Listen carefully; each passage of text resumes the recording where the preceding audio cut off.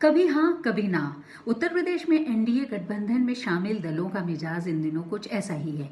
एक तरफ तो वो गठबंधन में शामिल हैं और सरकार में भी उनकी हिस्सेदारी है, लेकिन दूसरी तरफ अपने बयान से बीच बीच में बीजेपी को चुनौती भी दे देते हैं। ऐसा ही हुआ जब 5 दिन पहले निषाद पार्टी के प्रमुख और योगी सरकार में कैबिनेट मंत्री संजय निषाद ने एक बड़ा बयान दिया।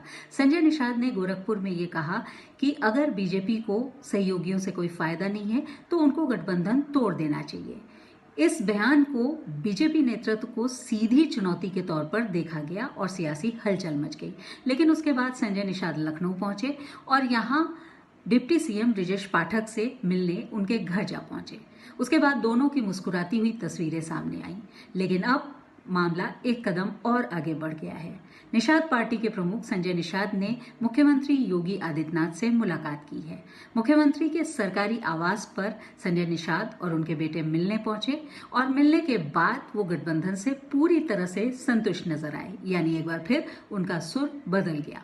उन्होंने कहा कि गठबंधन की जो बातें थीं वो उन्होंने मुख्यमंत्री को बताई हैं और इसके साथ ही वो अभिभावक हैं तो उनके सामने अपनी बात रखनी ही चाहिए। संजय निषाद ने पहले ये कहा था कि बीजेपी को अपने छुटभइये नेताओं पर लगाम लगानी चाहिए और उनसे अपने सहयोगियों को अपशब्द नहीं कहलवाना चाहिए।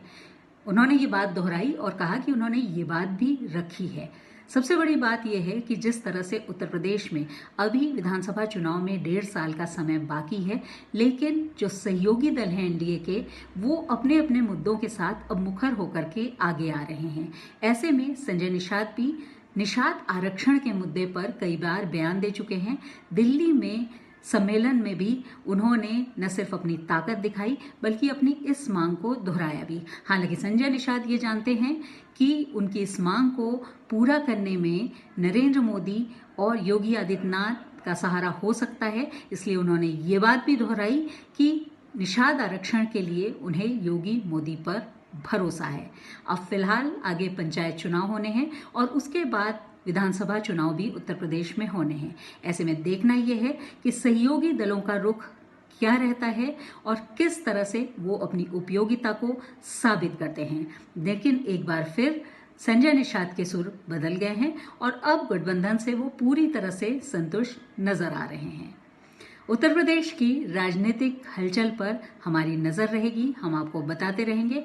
इस खबर के बारे में आपकी राय क्या है ये जरूर कमेंट बॉक्स में बताइए और इसके साथ ही द फेडरल देश को लाइक करना और सब्सक्राइब करना न भूलिएगा।